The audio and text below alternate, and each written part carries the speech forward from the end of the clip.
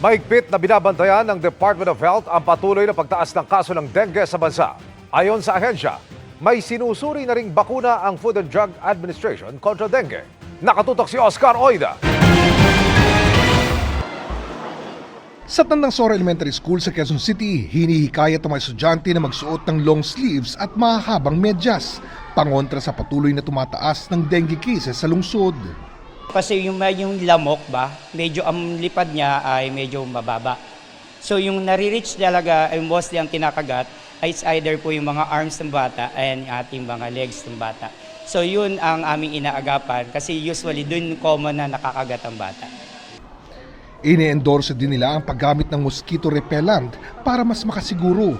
Mayat mayari ng paglilinis ng mga parent volunteer sa paligid ng paaralan. Okay lang kasi parang may protection sila.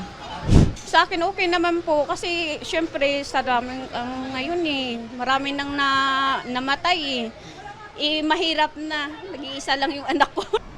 5 ang naitalang nagka-dengue sa paaralan ngayong taon, kabilang sa 1,899 na dengue cases sa lungsod, kung saan 11 na ang naitatalang nasawi. Binabantayan din ang biglaang pagtaas ng dengue cases sa Ilocos Region na umabot na sa 599. Pinakamarami sa Pangasinan kung saan may 2 nang nasawi. Kung ikukumpara po natin yung kaso po doon po sa tinatawag natin na epidemic threshold, makikita po natin na mas mababa pa rin itong mga kaso natin. Hindi pa nangangailangan magdeklara ng isang epidemic.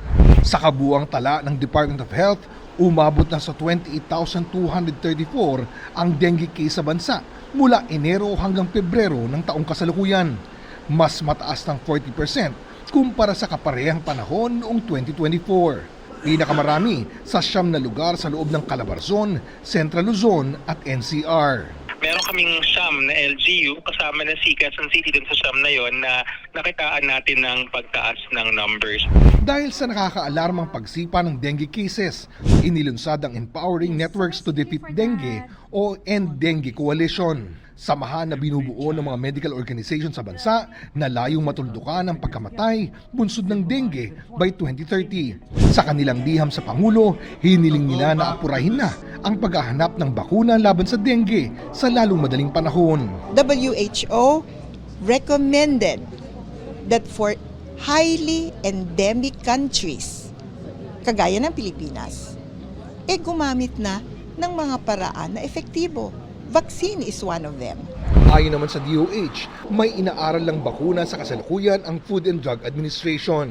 Ang pakay po ng DOH ngayon ay para lahat ay plansyado at siguradong ang science ang mananaig ay dapat antayin natin ang evaluation ng ating Food and Drug Administration.